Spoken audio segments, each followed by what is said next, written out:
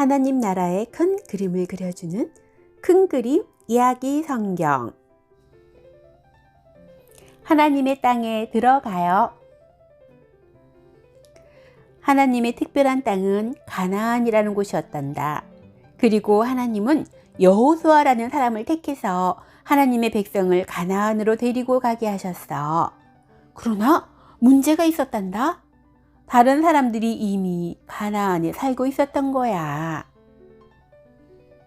그들은 크고 강한 벽으로 둘러싸인 여리고 같은 도시들에 살고 있었어. 이 도시들은 하나님의 말씀을 듣지 않은 사람들로 가득 차 있었지. 하나님은 여호수아에게 강하고 담대하라고 말씀하셨단다. 하나님은 여호수아에게 하나님의 백성이 줄을 서서 6일 동안 여리고를 돌면서 행진하라고 하셨어. 그래서 하나님의 백성은 하루 종일 행진하고 또 행진했단다. 첫째 날, 둘째 날, 셋째 날, 넷째 날, 다섯째 날, 여섯째 날 내내 행진했지. 일곱째 날에 무슨 일이 일어났을까? 사람들이 나팔을 불고 소리를 질렀을 때 하나님은 약속을 지키셨고 성벽은 무너졌단다. 하나님은 하나님의 백성의 적들을 쫓아내셨지. 그래서 하나님의 백성은 하나님이 약속하신 땅에서 살게 되었단다. 여호수아가 나이 많아졌을 때 여호수아는 하나님의 백성에게 하나님의 말씀을 순종하라고 다시 한번 말해 주었어. 오늘 너희가 섬길 분을 선택하라. 나와 내 집은 하나님을 섬길 것이다. 그러자 백성이 대답했단다. 우리도 하나님을 섬길게요. 그날 하나님이 이스라엘에게 주신 좋은 약속 가운데 많은 것이 이루어졌단다. 이스라엘은 하나님의 백성이 되기로 약속했지. 이스라엘은 하나님의 말씀에 순종하기로 약속했어. 이스라엘이 약속을 지킨다면 이스라엘은 계속 하나님이 약속한 땅에서 살게 될 거야. 그러나 여호수아가 죽고 난 다음 이스라엘은 하나님의 말씀을 순종하지 않았고 하나님이 자기 왕이 되는 것을 거부했단다. 그래서 하나님은 이스라엘을 벌 주셨지.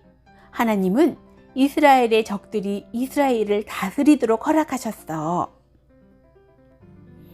이 기간에 블레셋 사람들이 하나님의 백성을 다스렸단다.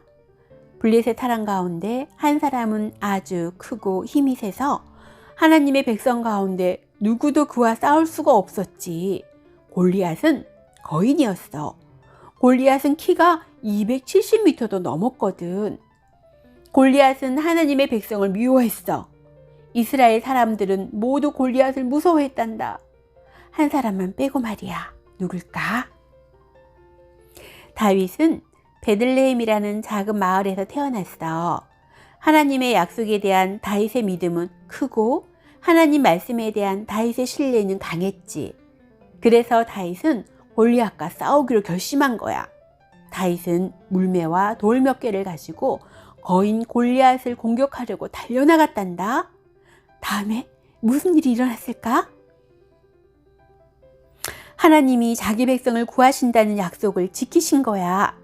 다윗이 물매로 던진 첫 번째 돌이 골리앗의 두 눈 사이에 제대로 맞힌 거야.